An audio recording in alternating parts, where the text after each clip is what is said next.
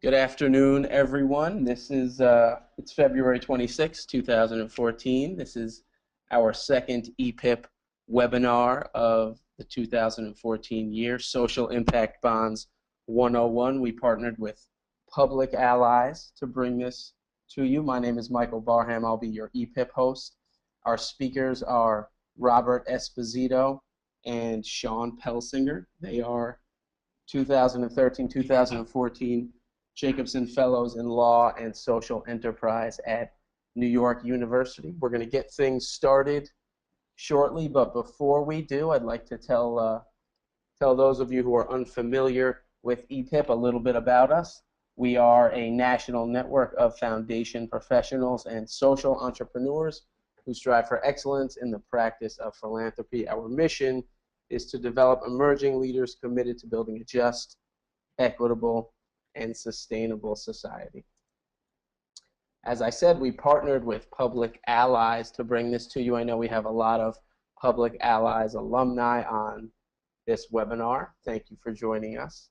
And Public Allies' mission is to advance new leadership to strengthen communities, nonprofits, and civic participation. Special thanks to our dear friend MacArthur Antigua. He helped us put this webinar together.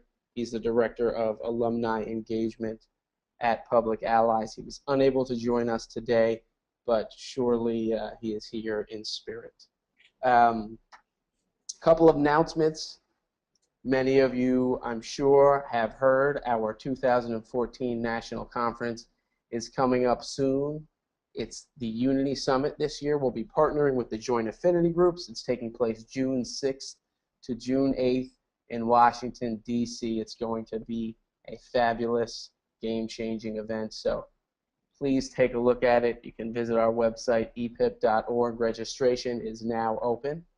Also, our next webinar is coming up on Wednesday, March 12th. It's an hour with our newest executive coach, Pratishi Shah. We'll be talking about professional development, human resources, so a great opportunity to join and learn a bit more. And as always, if you're looking for an EPIP event near you, please visit our website, epip.org/events. Okay, a couple of items of housekeeping.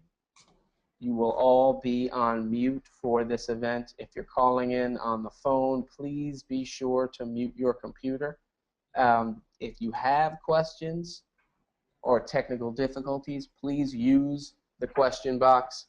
We will be reserving about 10 minutes or so at the end of the webinar for Q&A, so you can feel free to submit questions throughout. We'll take note of them, and then we'll share them with Shawn and Robert when we hit the Q&A session. And we will be recording this webinar. We'll make sure to make that available on our EPIP YouTube site and on our website as well. So if you have questions, please feel free to email me, michael@epip.org. And today's speakers, as I mentioned, Robert Esposito, Shawn Pelsinger. They are both Jacobson Fellows in Law and Social Enterprise at NYU. I've spent some time preparing the webinar with both of them, and it's been a lot of fun, and they really know their stuff. So it should be a lot of fun today, and I am, without further ado, going to share the stage and pass it over to them.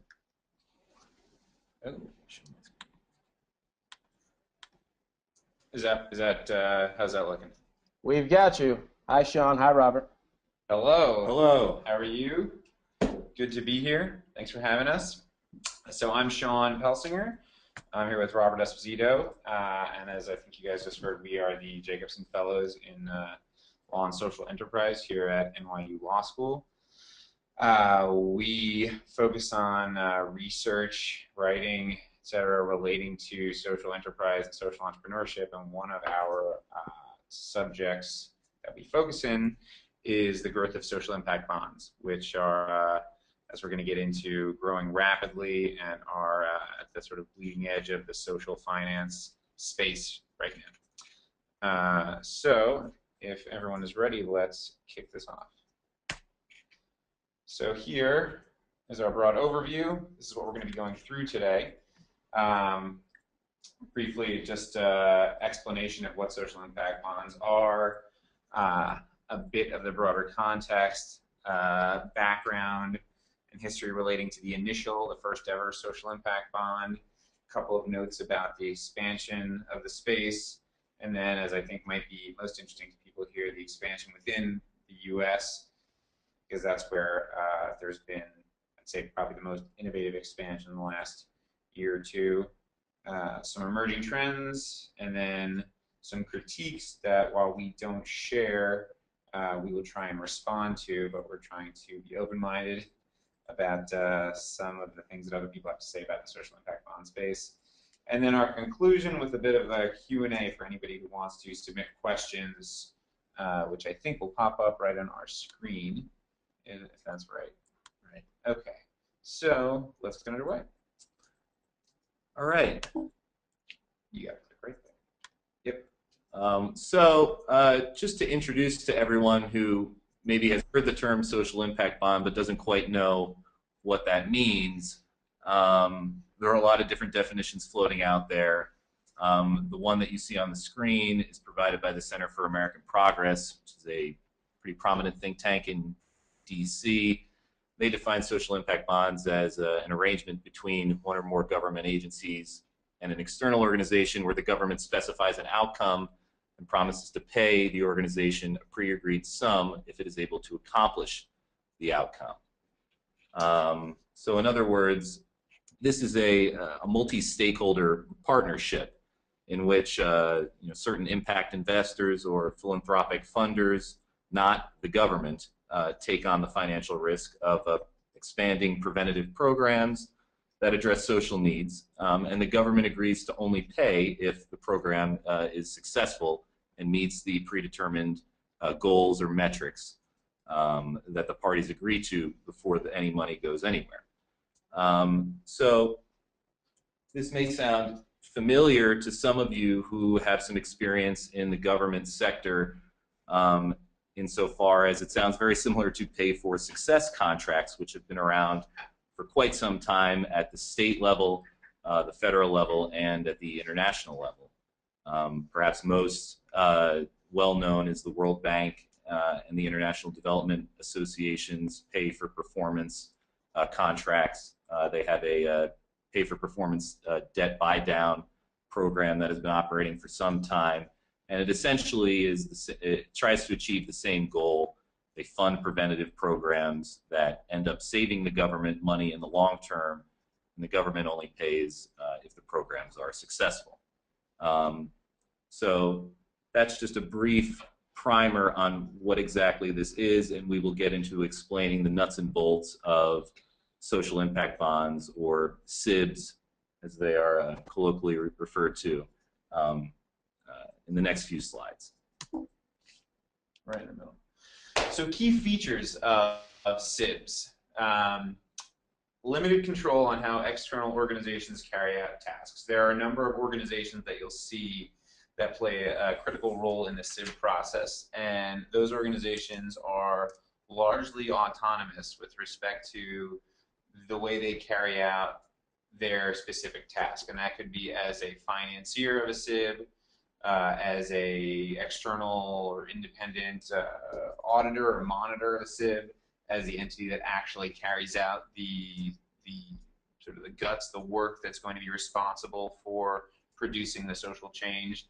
These entities all operate, at arm's length from the government, and effectively they propose their preferred method or their preferred terms, and they operate as they wish. And we can distinguish that from, it's quite common for SIBs to focus on the penal or correctional space, and so these are all organizations that work completely separately from the state level Department of Corrections or the federal level, depending on where the SIBs are carried out, and they operate with the permission and with the blessing of the state in all cases, and that'll bring us to our next point. But they're not overseen directly, and they're not answering routinely to a governmental organization. Second, as I think I just alluded to, the government cooperates with the external organizations. So there are as I'm sure you all know, many of you who are foundations or charities, there are a number of organizations out there in the world who are trying to conduct work that is very similar in its ambition to those of social impact bond programs, and not all of them work with governments themselves. Some of them do, but almost all SIBs, effectively all SIBs, are working with the government as one of their partners, and usually that's granting them access to a certain population that the government retains control over. Prison is another, again, it's a great example. But the government is almost always a partner with the various characters and organizations that operate and organize the SIB. Again, another distinction between a traditional relationship between an affected population and a charity or a foundation is that a lot of really hedges on the agreed upon metrics and the target population. And here it's not simply that these organizations are hoping to affect a certain population or are hoping to be as impactful as possible. Whether or not they hit very specific metrics in a very specific time frame relating to a very, very specific population will determine whether or not the government pays out whatever it's supposed to, and whether or not there's a return to the private investors, and whether or not the guarantors who often operate as a backstop for the private investors have to step in and effectively fund the SIB. And that ties in very well with our final point. Payments are contingent upon hitting targets. So as we'll illustrate when we walk through the traditional SIB structure, payment to the private investors by the state or regional or municipal governments are predicated upon hitting very specific targets. And if those targets are hit, then the government is comfortable paying for the program or reimbursing the company for the program. And often part of what entices private investors to participate is that there is potential upside beyond that reimbursement, hitting those targets. And sometimes there are multiple targets. Later on, we'll have a slide that shows, I believe, the Rikers Island tiers of targets. And those are often responsible for payments well in excess of, I shouldn't say well, in excess of the cost of the program. So it's not just a reimbursement, it can very well be profitable to the investors and the participants. So just to go through some common misconceptions or misunderstandings about SIBs. They're often used, the term social impact bond is often used interchangeably with pay for success, and as I was discussing a few slides ago, they are not exactly interchangeable terms. So all social impact bonds are financing pay for success contracts, but not all pay for success contracts are financed by social impact bonds. We'll talk a little bit more about that distinction with respect to the history of pay for success bonds in a little bit. The other thing that is important to note is that this term social impact bond is somewhat of a misnomer insofar as social impact bonds are not bonds in the traditional sense.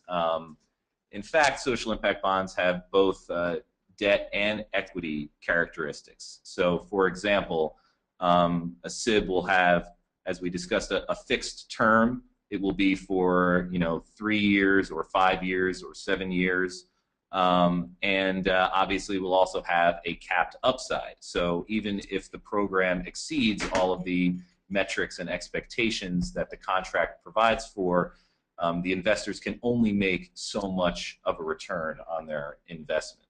On the flip side, it also has elements of equity in that the returns are dependent entirely on the performance of the program.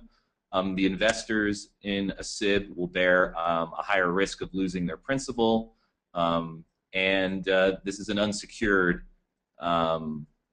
investment.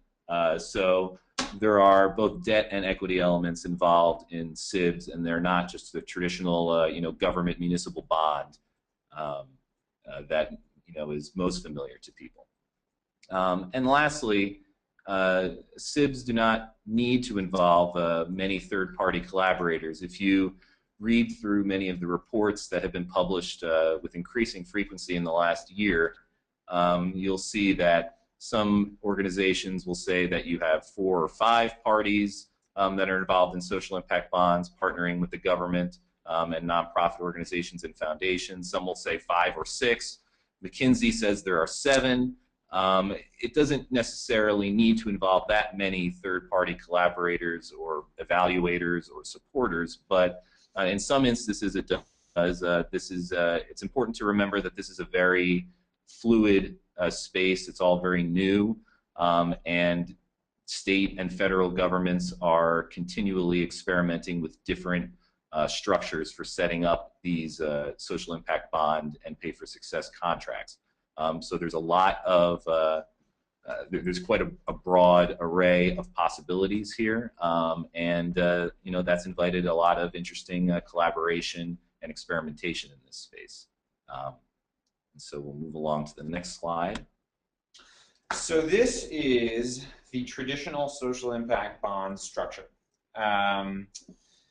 This is the structure that is used in almost every social impact bond that we'll discuss. The only difference is sometimes there are people working alongside the investors to guarantee their investments, but increasingly we'll talk about how the terms and the what we're seeing more commonly as the structure is evolving, but this is the most traditional social impact bond structure. So what we have here is an external organization at the center of all things. That external organization is effectively quarterbacking the process of the entire SIB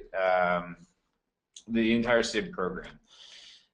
Above the external organization is a government agency, and this is a government agency, a state, federal government, municipality that is working with the external organization and basically has put out a call for the external organization to conduct a certain sort of project, whether it's reduce recidivism or expand early child education, etc. This external organization is effectively an intermediary, and it deals with everybody else involved, that being the providers and the investors. The external organization lines up investors, and those investors agree to fund this project that the government would otherwise take on. This is usually something that would be right in the wheelhouse of government, state or local programming. And the investor will put up the money to the external organization. The external organization will then find service providers that operate in that space, whether it's pioneering innovative methods of early childhood education or working closely with prisoners, etc. And we'll work with those providers to administer a program that achieves the goals of the SIB. Below that is the beneficiary population that really deals only with the providers, the organizations. And some of you might work for providers or organizations that operate in a very similar capacity. And if you do, then you would be working at an organization that is a prime, potential target of SIB funding. So you could find an intermediary who is sitting on a relationship with both a state and with an investor and try and help carry out the goals of that specific SIB. So what happens here is the providers work closely with the beneficiary population to achieve whatever metrics have been agreed upon by the government agency and the external organization.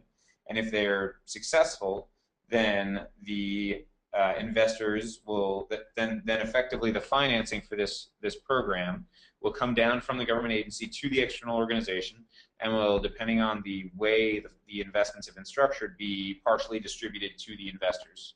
The beneficiary population benefits. The providers are able to find organizations that will fund their operation, the provision of services, and effectively the government has transferred the risk of a new, sometimes experimental program to the investors, effectively strictly to the investors. And so whereas we see investor 1, 2, and 3 here, sometimes investor 1 is a large investment bank. Goldman Sachs is the one that comes to mind most and has been as active in the US SIB market as anyone else. Sometimes there are philanthropic organizations that'll come in as investor 2. Sometimes there's really investors 1, 2, 3, all the way up to 100 if it is more widely distributed, as is going to be the case, I believe, with the Bank of America Merrill Lynch participation in the New York State SIB that we'll probably discuss later.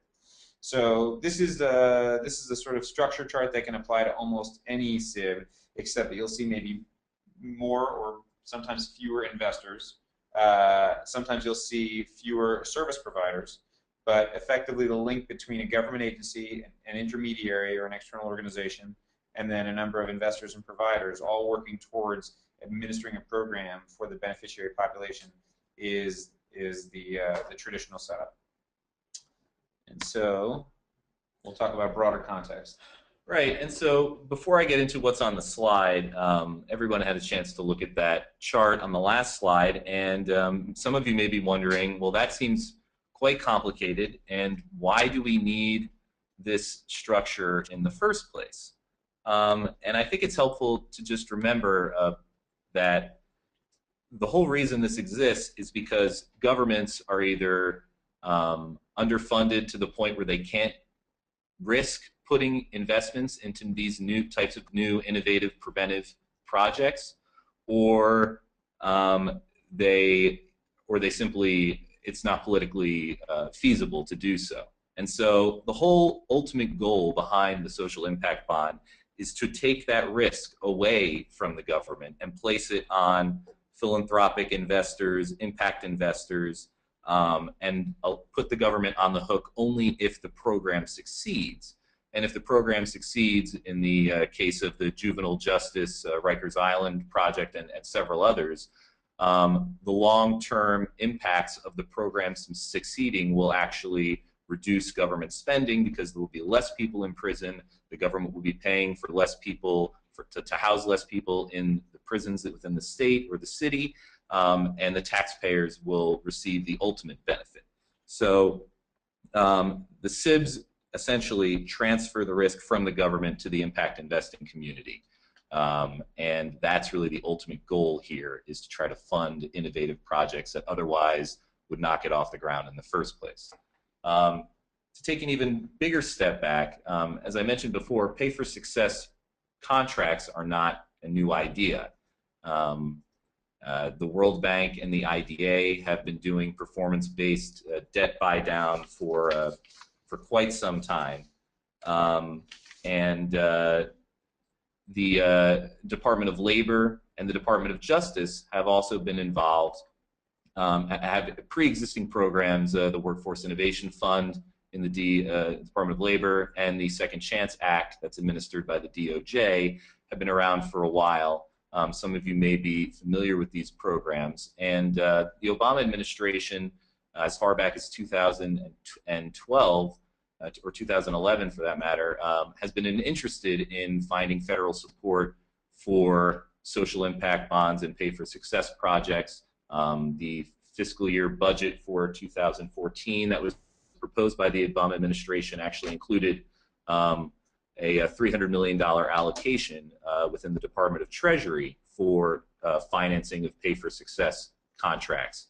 That ended up not being part of the deal that was struck in Congress, but nevertheless, there have been some allocations for pay for success contracts at the federal level. As you can see on the slide here, the pre-existing programs in the Department of Labor and the Department of Justice have been essentially altered to accommodate for pay for success funding. There's $24 million that was allocated in the Workforce Innovation Fund, another $10 million in the Second Chance Act, which I believe is subject to some restrictions, but there are other things happening at the international and federal levels around this notion of pay for success. And again, it's important to remember that these aren't necessarily social impact bond finance programs, but the general idea is the same. And lastly, at the state level, Massachusetts last year became the first state to pass legislation that authorized what they're calling a social innovation financing fund. It's approximately $50 million there that was allocated in the Massachusetts state budget to fund pay for success contracts within Massachusetts. The current program that was announced by Governor Patrick not too long ago is a $27 million social impact bond program that's targeting individuals that have just recently been released from prison, and it's essentially workforce integration and living a productive life outside of prison program. And so the real point that this slide is attempting to drive home is that a lot of the literature on social impact bonds treats this as a brand new idea, and certainly to the extent that the financing structures haven't been used before, it's new, but the underlying basis for the financing is based on a pay for success contract, and these have been around for quite some time. So you should see SIBs not as a standalone silo, but rather as part of a larger pay for success movement that is happening in the U.S. and abroad. So the Peterborough Project is what's referred to as the first ever SIB. It is, as you can see, not all that old, so we're still less than 5 years into this movement at all. And it was coordinated, and I think there's a slide just after this that's pretty similar. Yeah, it was coordinated by Social Finance, an organization in the United Kingdom, and they have now been a driving force both here or both in the United Kingdom and through their U.S. arm. But the broad goal was to reduce reoffending instances among male prisoners leaving the Peterborough prison who have served less than a year. The metric that was laid out was 7.5% of ex-prisoners should avoid reconviction, should not return to the Peterborough prison. And the investment size was £5 million. This already we see this is the first example of a social impact bond, and we're already seeing that it's not being funded by just one entity.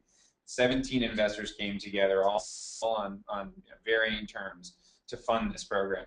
And because there was a range of different investors involved, there were a range of different individual return rates. So depending on what each investor was able to negotiate, it was either a more or less attractive opportunity.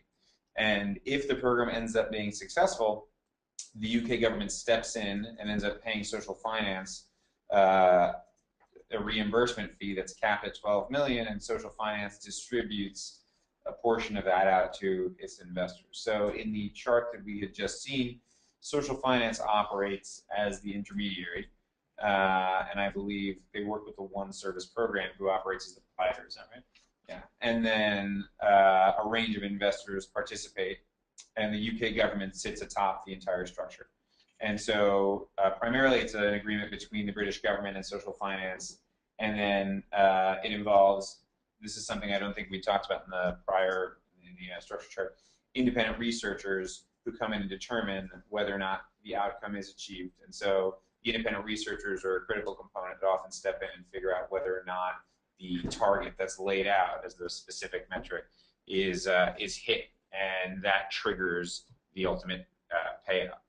So that is the first social impact bond ever to be launched, and it was in the United Kingdom. Rob, you want to chime in? Right, and it's also important to note that there is some raw data that's come out of the Peterborough SIB in recent months, although the term of the project, I believe, is 5 years, and so we're still 1 year away, oh, I'm sorry, excuse me, it's 8 years. So we're more than a few years away from this reaching its conclusion, and no one really knows whether it will be successful, or if it is successful, how successful it will be until the end of that term. So, that's just something to keep in mind, although I will say that having looked at some of the raw data coming out of Peterborough, it appears they are exceeding the 7.5% reduction rate that they're attempting to achieve, and Shawn and I and others are hopeful that that trend will continue throughout the remainder of the term. So the United Kingdom is the home of the first social impact bond, but it's also been really the place that social impact bonds have taken off. And what we're going to show you after this is a chart that illustrates the UK as compared to the rest of the world. But this map right here of the UK is one example of social impact bond growth throughout the country. They've got at least 14, and I believe that if you look at these icons here, number 14 reflects what a wider initiative that's being conducted across multiple local authorities, right? That's the adoption of hard-to-place children. And you see here, some of them have absolutely no external investors. They're less traditional SIBs, and this is something that's going to be covered in a slide towards the end, the various financing structures.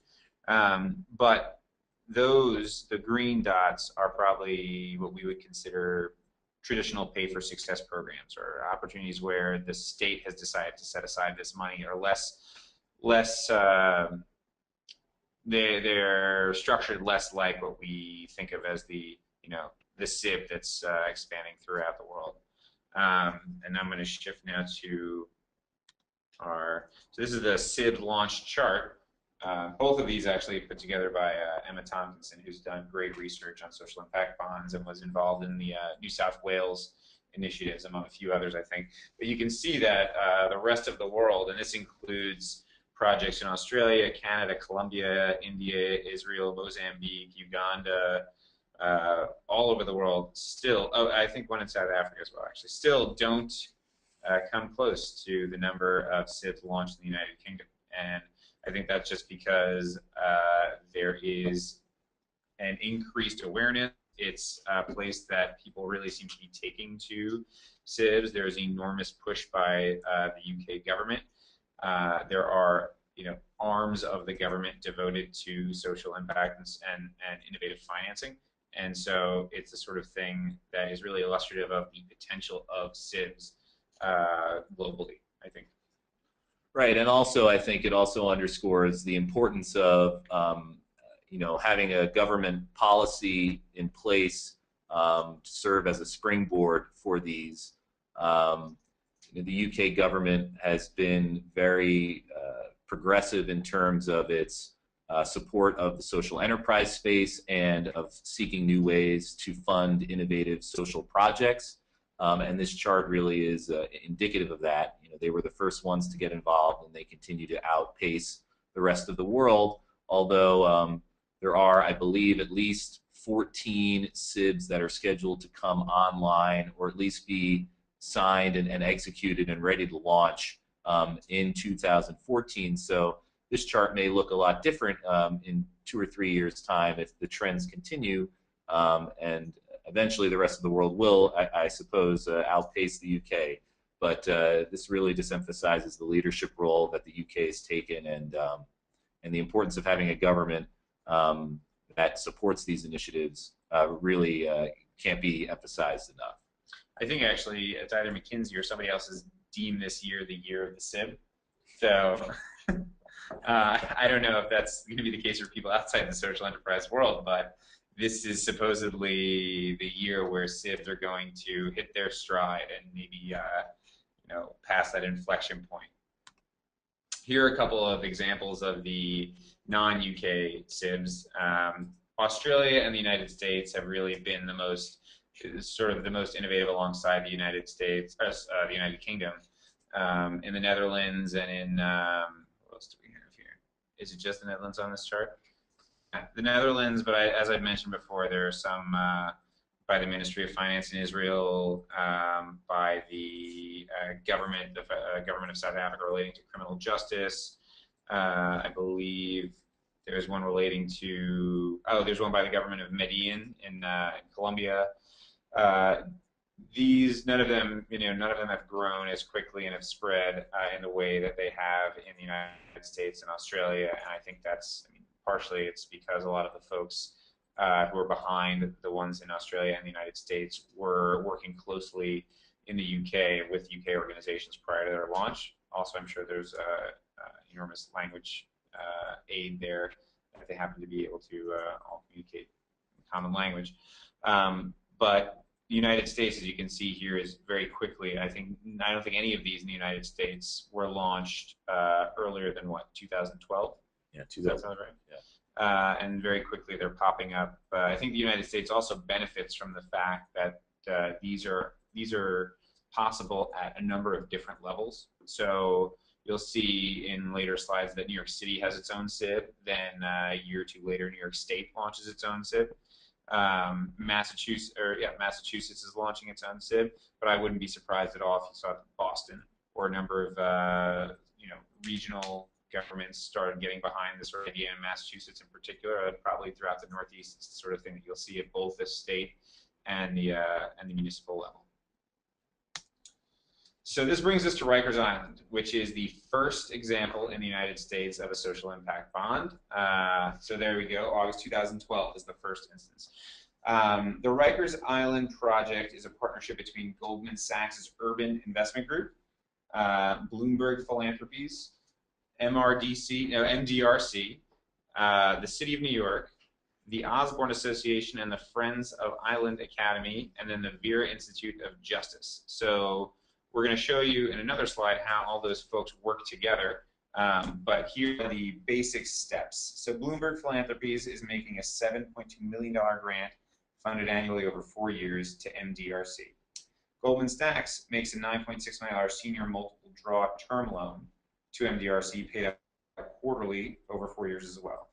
MDRC provides funding paid out over 4 years to Osborne. Osborne is going to be the service provider in order to support the direct costs associated with providing this service, this program to Rikers Island inmates.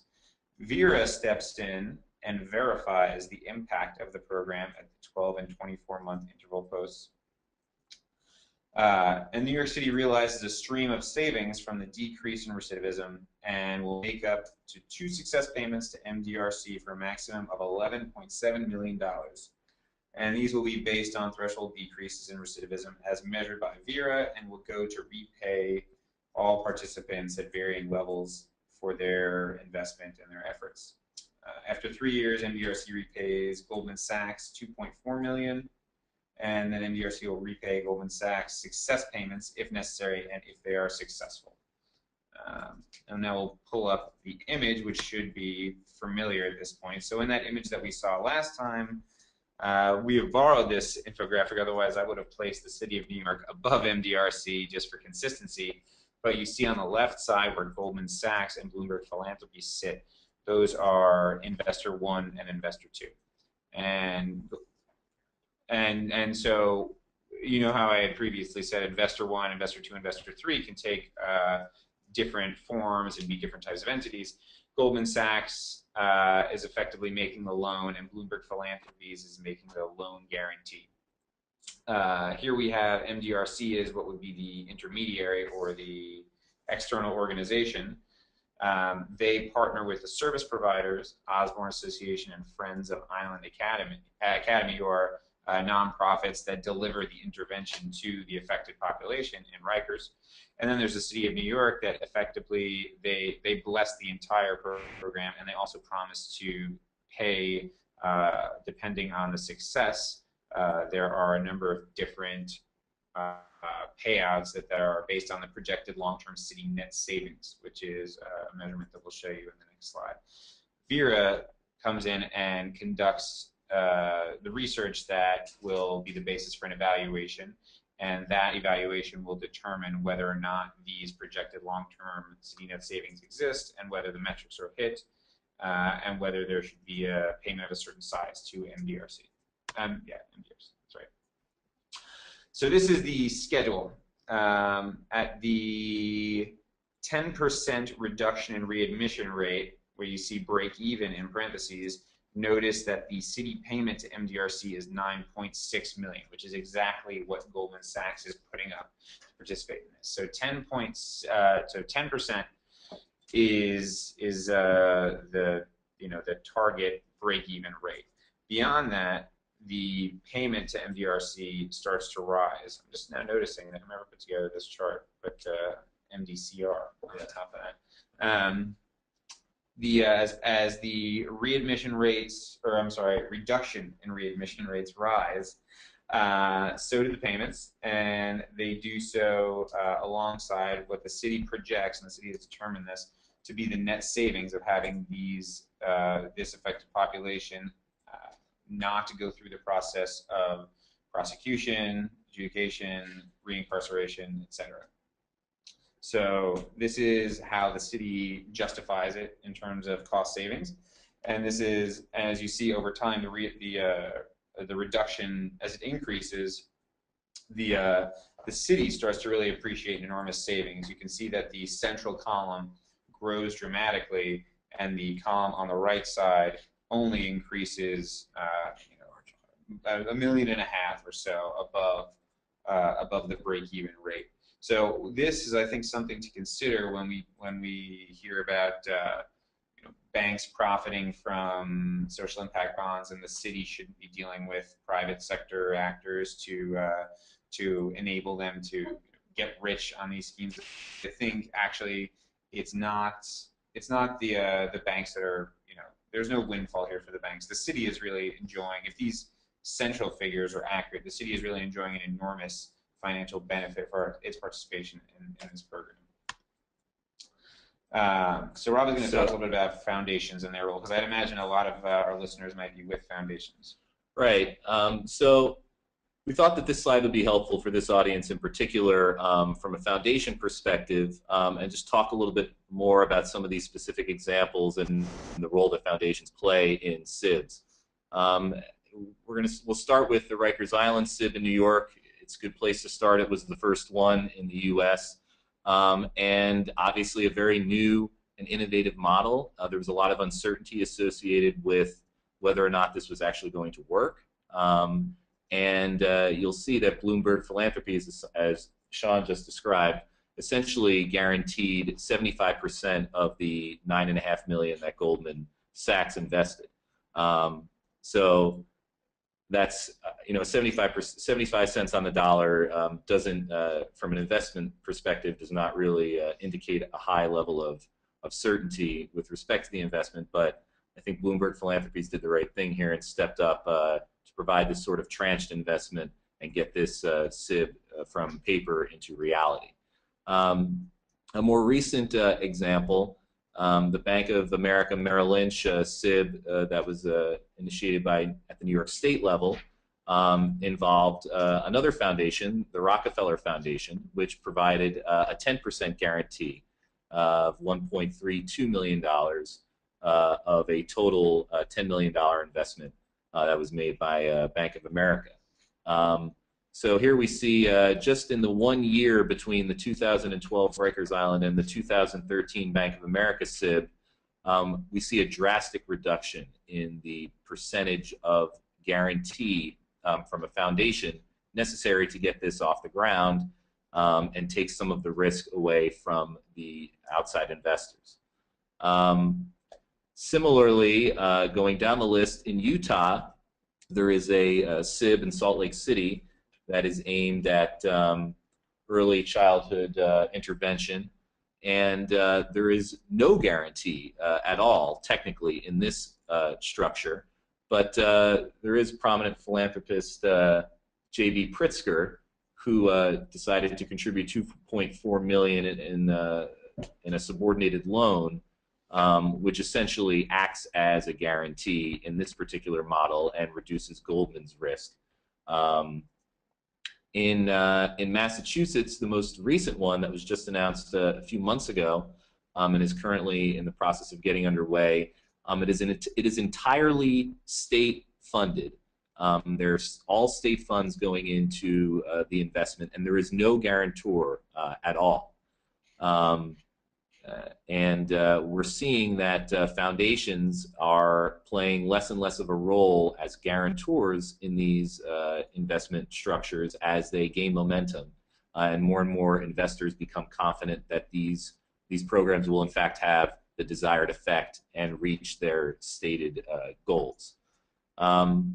So to the extent foundations aren't really needed as guarantors, how else have they been involved in this space? And that speaks to the last bullet point on this slide with respect to the California SIBs, of which there are none right now.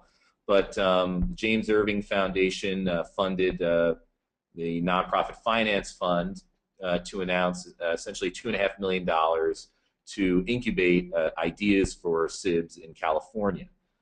So I think this is a good example of the foundation moving away from the guarantor role and moving more towards the innovation role and coming up with new ideas of how to structure SIBs that will tackle other issues, and we're going to have a slide on that in a few moments on what other possibilities SIBs may have, the SIB structure may have, aside from the juvenile justice prison recidivism. That's the most popular focal point at the moment.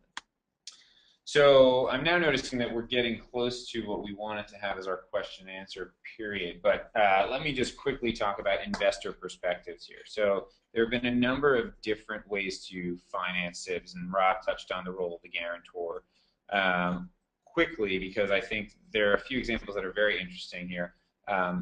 In Peterborough, the first SIB, there were 17 investors. They were sourced through private relationships, and mostly it was private foundations and individuals. In New York State, the same was true. In Australia, there were two SIBs that were both funded by a number of parties. The first from 59 investors, and then the Benevolent Society SBB. I think they call them social benefit bonds. This was the first SIB, I believe, to have tranches. So the first 2.5 million had no guarantee with a potential of a 30% return, and the second, I believe, had a $7.5 million amount with it was guaranteed with up to a 10% return. And here there were a number of different types of investors. I think 17 in the first, 40 in the second, and in the second tranche, which was the guaranteed with the up to 10% return, entities like the Australian Ethical Investments and the Commonwealth Bank of Australia. Where I think this is really notable is as you see the shift from a single investor, like say just Goldman in the Rikers context, we see in the Essex SIB there was an attempt to really expose retail investors to SIBs, and Rob and I have talked a lot about. Let's go back. Rob and I have talked a lot about crowdfunding SIBs and whether or not SIBs will really ever open up to the masses and be the sort of thing that the average individual could place their money behind instead of maybe placing their money behind a charity of their choosing. And I believe the Essex SIB was unsuccessful. So this was the Future for Children bond, and it was a unique opportunity for retail investors to get involved in a SIB. It was a 20% investment with a 2% management fee. And in order to safeguard against ill-informed investor mistakes, it was an advised product, which meant it was subject to additional regulation by the UK government. Ultimately, there was a lack of interest, and it had to be pulled, and it was ultimately filled by private investors, more higher net worth investors, private foundations, etc.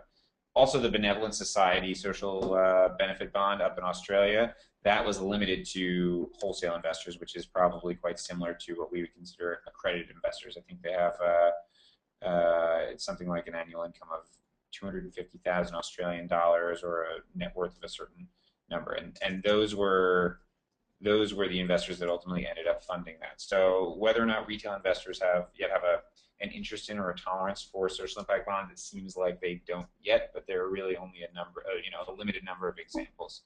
So beyond these traditional bonds, Rob's going to talk a bit more about environmental bonds. Right, and really quickly, because I can see that we're kind of running out of time in our hour here.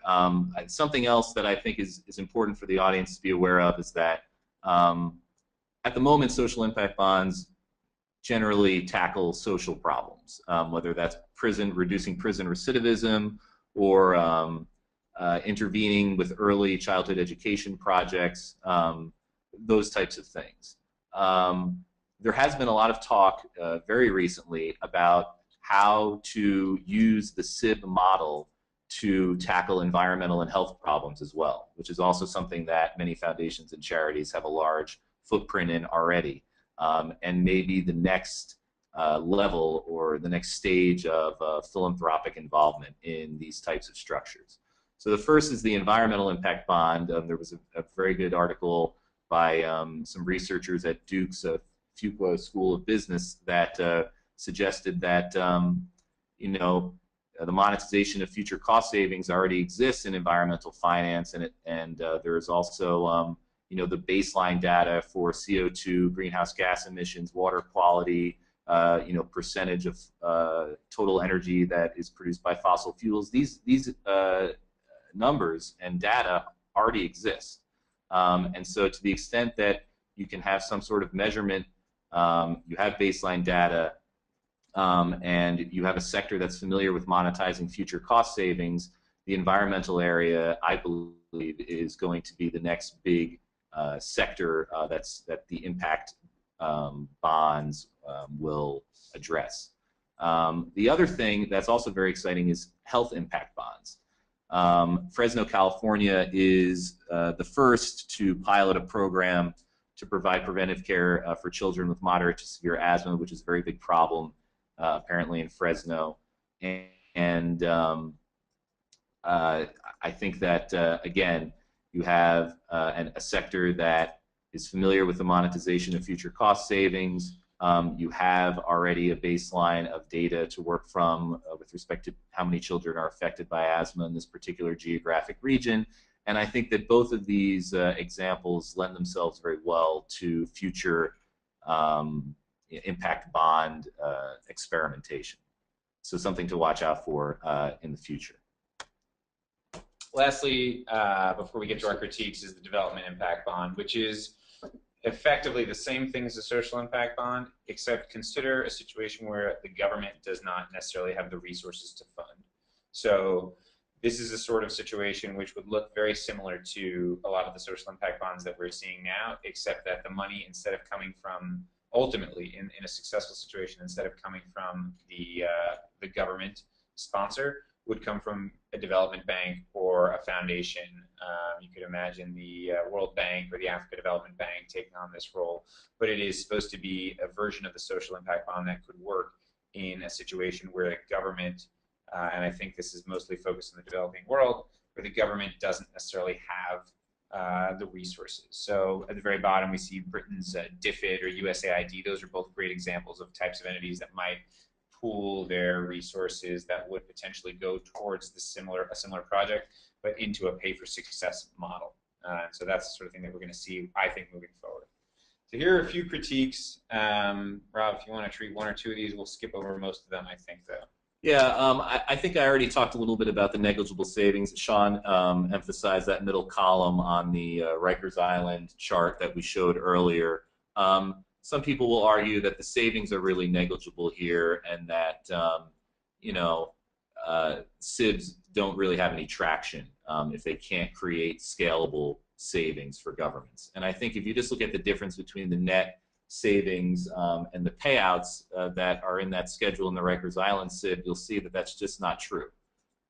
There is, in fact, substantial savings, and depending on the term of the SIB, whether it's 5 or 10 years, if the program is successful, there's the potential to scale significant savings for the government that will theoretically free up government resources for use in other necessary areas. And that dovetails into the next slide. Again, lack of scalability. I think we can skip this one. And we can talk about this concern from the future, from the foundation side about, well, how are foundations going to continue to be involved here? As I said before, they initially were involved as guarantors. That need has decreased dramatically, I think probably much quicker than anyone expected. And the question that a lot of people at big foundations are asking themselves now is, well, have we just acted as guarantors and primed the pump for the private sector to take the reins? And I think there is some legitimate concern there that foundations had a role to play at the beginning but are now kind of being pushed out, or they're just simply not needed as the private sector investors realize the real potential for these social impact bonds. So I think that's a legitimate concern, but I also think the flip side of that is that the private sector investors and the growth of impact investing latch onto this idea of social impact bonds, it may in fact create such a large market that foundations who occasionally make PRIs, or program-related investments, for those of you who aren't familiar, will be able to invest in social impact bonds as investors and use PRI equity for that. And that this may be an entirely new tool for PRI investments from foundations. On that note, it looks like we should probably wrap it up because we're getting nudged here to start taking questions if there are any. So let's just open up the floor to questions now. We are looking at a chat window. Hi guys, I'll make sure to share the questions. We got a lot of great questions. We're probably not going to have time to cover everything, but let's get into a few of them now. For those of you, I'm sure some of you have a hard stop at 4, and it looks like we're only about 2 minutes away from 4, but for those of you who can hang around, we might stay on a few minutes beyond 4. Shawn, Robert, do you guys have time, or do you have a hard stop? Yeah, absolutely. For a bit. That's fine. Okay, great. So we'll go through a few questions, and we'll try and, even if we don't get to your question during the webinar, maybe follow up with you individually afterwards if we can. We had an interesting question from Mitty Owens. What's the extent of programmatic substantive influence by the investor? How much of a role does money play in shaping programs, potentially avoiding risk or innovation, hiring lower paid, less skilled staff, things like that? Has there been enough evidence for us to really have an answer on that, guys? So one thing I think is that this process, though, there seem to be a number of parties involved.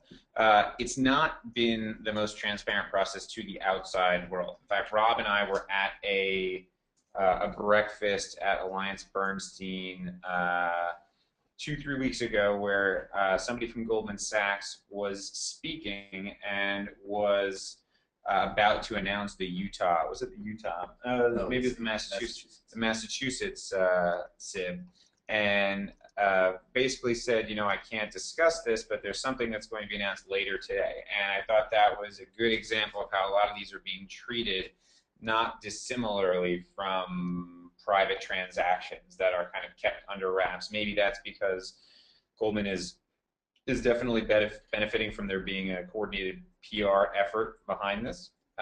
Maybe that's because there are a lot of sensitive discussions between the city and the relevant, you know, the Department of Corrections, et cetera, or because there's competition and other banks have been bidding for these, or other foundations have been. But what we found is that it was only, I believe, recently that the Massachusetts documents were released, I think pursuant to a FOIA request.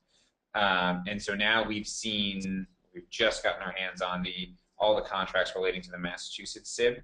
And I think it's still not really clear if, for example, MDRC was only able to be the intermediary for the Rikers Island project if they're chosen by Goldman, or vice versa, or if Osborne is chosen by MDRC. It's not quite clear who wields the power in these relationships and who it is that is potentially picking the other folks. The way it's structured, it's supposed to be that the intermediary, MDRC, is the one who's organizing everything and is the one who sort of brings all parties to the table. But I think that everybody acknowledges that it could be the case that certain program operators, certain private investors may have existing relationships with either the city or with the intermediary, and that's something that hasn't really been discussed a whole lot yet. Okay, great. Thanks for that answer, guys. We had a few questions about rate of return, and Lupita, actually, hi Lupita, she asked if it's correct to say that the standard interest gained by SIB investors is 5 to 7%. Is that accurate? I think in some cases it is. You know, in some cases they target even higher. Yeah, in some cases SIBs are structured to provide market rates of return. I've seen some schedules for payments. Obviously, these are all very new, so they haven't come to term yet, and none of these payments have actually been made. But some of the payments go up to 12 or 13%, which is, you know, potentially above a market rate of return, and not too shabby. So I think it depends on how many investors are involved and corralled to raise the total funds in the first place, what relationship they have with the government or the bank, and what the SIB is targeting, and obviously what the metrics are. If you have a very progressive SIB that wants 10 or 20% reduction in recidivism, maybe the returns are going to be a little higher because you're asking the program to do that much more work. On the other hand, if you're looking for maybe a more a lesser reduction in, say, recidivism, maybe it's more of a bond rate of return. It's more somewhere in the 5% range. So I think it varies, and is really can only be looked at on a case-by-case basis. Okay. Having said that, in all cases we've seen they seem to be capped. So there is never unlimited upside. I think the Peterborough folks were expecting actually though a 13% IRR with an 8-year investment horizon, and that would be, I believe, in the most successful situation. Okay. So that's well beyond the return. Right. Great. Thanks, guys. We also had a question from Sarah. Are SIB opportunities posted online in some common place where a foundation could find potential projects that need investment help? Is there any kind of database like that? I am not aware of any comprehensive database. I do know that last year when Massachusetts was passing legislation, they did announce, the Massachusetts state government announced, a call for essentially any foundations who were interested in getting involved in their statewide SIB program to reach out to them. I believe they picked 6 out of maybe 25 or 30 candidates that filled out all of the application materials. So I think there's not one comprehensive resource to my knowledge that's out there where all of these are listed, but with so many SIBs on the horizon for 2014 and beyond, I think that it would be a great idea if there was some comprehensive resource, and if not, foundation representatives are going to have to start looking at state and potentially local government agencies, maybe reaching out to their contacts there and seeing if any potential opportunities are on the horizon. Okay. All right. That's great. I think we're already at about 4:05, so I think it's probably a good time to wrap it up. Shawn, Robert, we thank you so much for the time and for the presentation. That was very, very informative. And folks, I know we had a few questions. We'll be sure to share the PowerPoint presentation via email. We'll also share it on our website. And we'll be posting this webinar on our YouTube page. So all those resources will be available. I know we had a lot of questions we couldn't get to. I'll try and pass those along to Shawn and Robert and see if we can maybe get an answer for you all individually. And for those of you who enjoyed the presentation, we'll be running this back on April 2nd, and Shawn and Robert will take us through crowdfunding. So it should be another great presentation. We're looking forward to it. Shawn, Robert, thank you guys so much. We are very, very appreciative. It was our pleasure, Mike. Thanks for having us. Thank you. Okay. And thanks everyone for tuning in. Yep, thank you all. This is our largest webinar yet, so you are all a part of history. Thank you so much, and we'll do this again soon.